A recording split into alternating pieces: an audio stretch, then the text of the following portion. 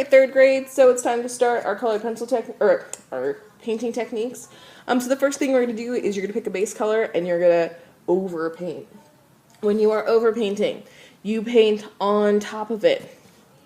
Next thing is outline and fill in.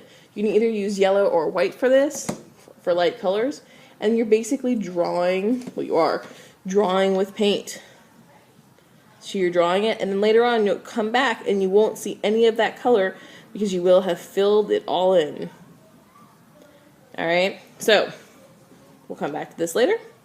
Now remember, when you go to wash out your paintbrush, you hold your water bucket, swirl it around the bottom, and wipe it off on the side.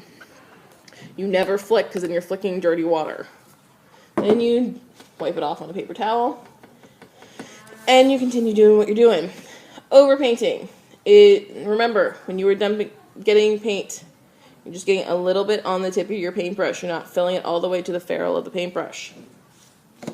Overpainting is just painting on top of another color. Whatever you want.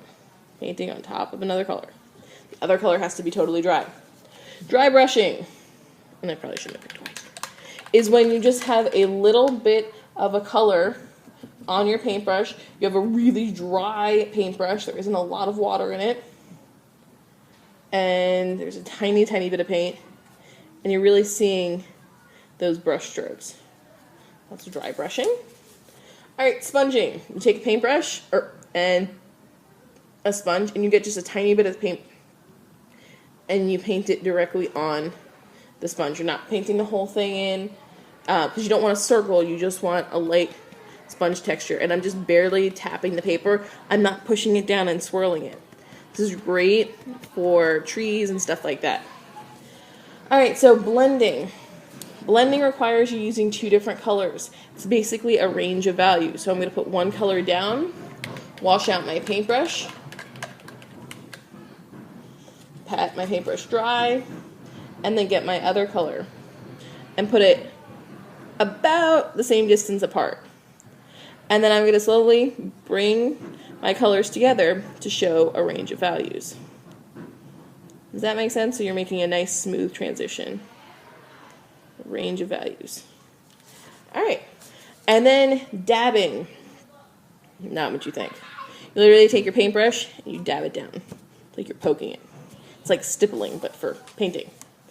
Alright.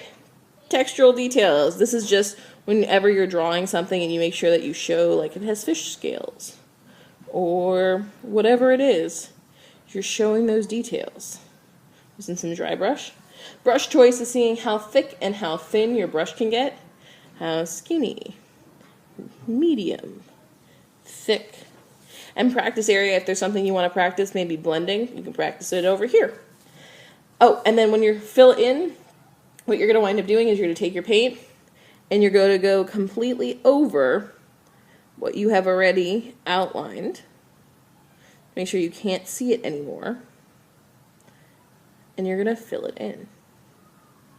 Alright, and then I would do it on my heart as well. Alright guys, so if you have any other questions, let me know. But remember, in outline and fill in, you shouldn't see that color that you used to outline it. Alright, ladies and gentlemen, have any questions? You know what to do.